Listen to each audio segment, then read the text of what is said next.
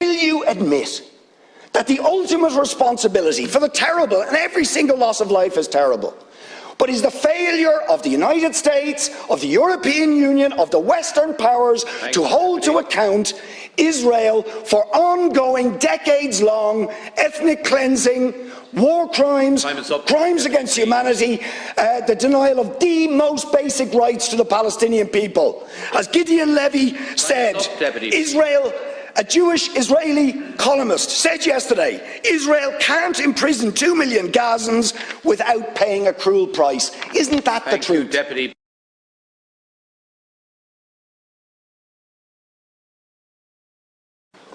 Taoiseach, you said it is not okay for Israel to attack civilians, attack civilian infrastructure,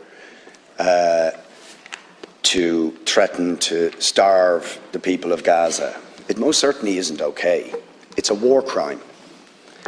The Israeli government have brazenly, publicly and openly declared their intention to commit a war crime and have commenced that war crime against the people of Gaza, saying that they intend to starve of food, electricity, water, 2.2 million people. That is a war crime under the 4th Geneva Convention. They are raining down thousands of the most sophisticated missiles known to humanity onto the most densely populated area in the world, carrying the certainty that almost every missile will incur civilian casualties, will and are destroying the infrastructure, the water infrastructure, the energy, making Gaza uninhabitable. And using, in very credible reports, as they did in the past, chemical weapons, white phosphorus, being used by Israel.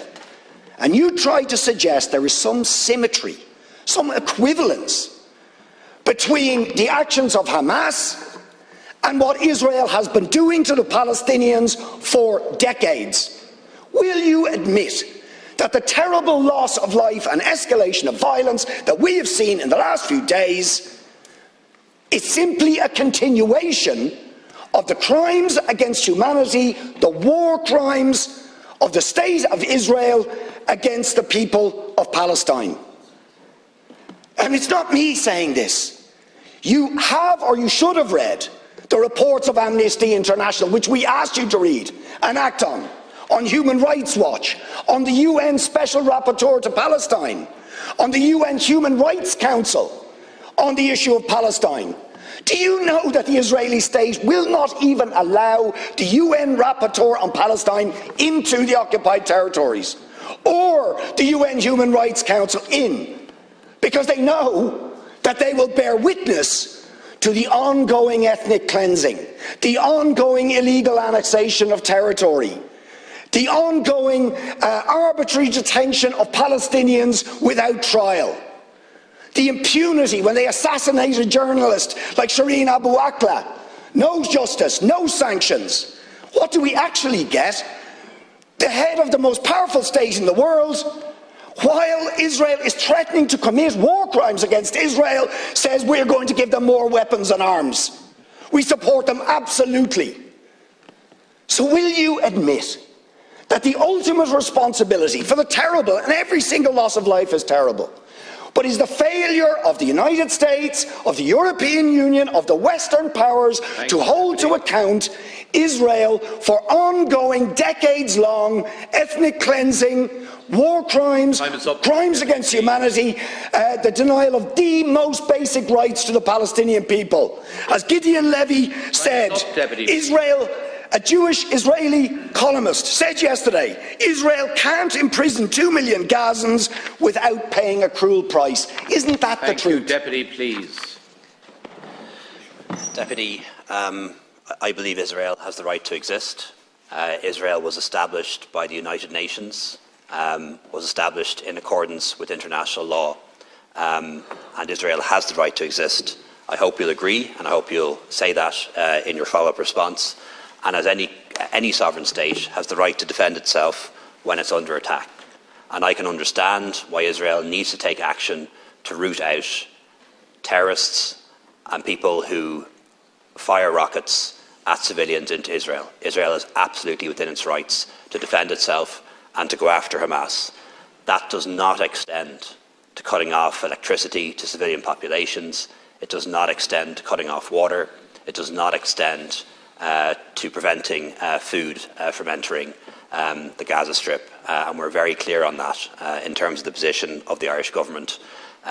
Basic principles of human rights must apply, and they apply to Israel too.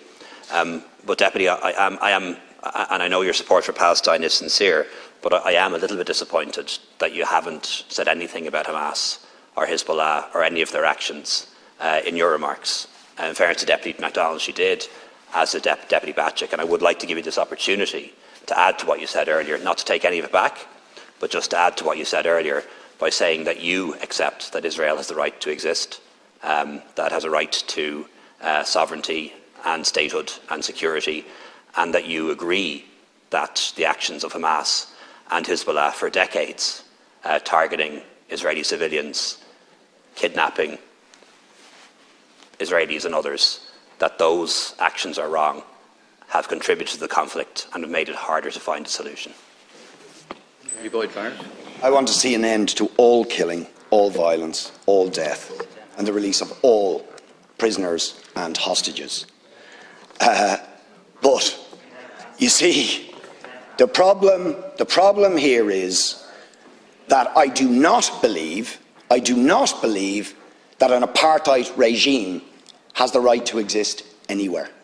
I do not believe that a regime that engages in ongoing, daily, weekly, monthly, ethnic cleansing of another group of people based on their race or ethnicity, which is what Israel is doing, has the right to perpetrate those crimes.